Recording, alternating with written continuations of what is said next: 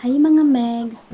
Pag-usapan po natin ngayon kung ano po ba ang branded content at paano po ba tayo kikita dito sa branded content tagging. So, itong branded content tagging ang isa po itong features ni Facebook. Katulad po ng live ads, stars, reels, in-stream ads, at itong branded content tagging. So, dito sa branded content tagging mga Megs is hindi po si Facebook ang magbabayad sa inyo, kundi po yung company or yung product na nag-endorse or nagpa-promote ng kanilang product sa inyo. So, for example, may nag-email or nag-message sa inyo na gustong i-endorse ang kanilang product. Tapos, kung magkasunod na po kayo kung magkano yung bayad at anong klaseng product po ang endorse nyo. So, be aware lang po kayo ha.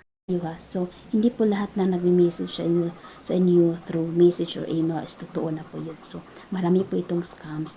So, hindi po basta-basta maniniwala kung may nag-message or nag-email sa inyo. I-check nyo po muna kung legit ba or hindi.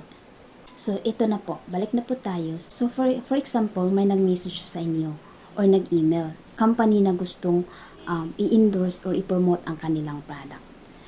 So, kapag meron na po kayong kasunduan, gagawa ka po ng video, depende po sa kasunduan kung magbabayad sila ng una or after na po ng inyong paggawa ng video. Kapag magpo-post na po kayo mga mix ng video about sa product, is pwede nyo po itag yung company or yung product na yun.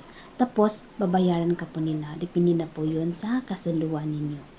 Remember po, hindi po sa Facebook ang magbabayad sa inyo. Is yung company or product na nag-email sa inyo na gustong i-endorse or i-promote ang kanilang product. So, sana po may natutunan po kayo sa ating video ngayon and comment down below kung may katanungan po kayo.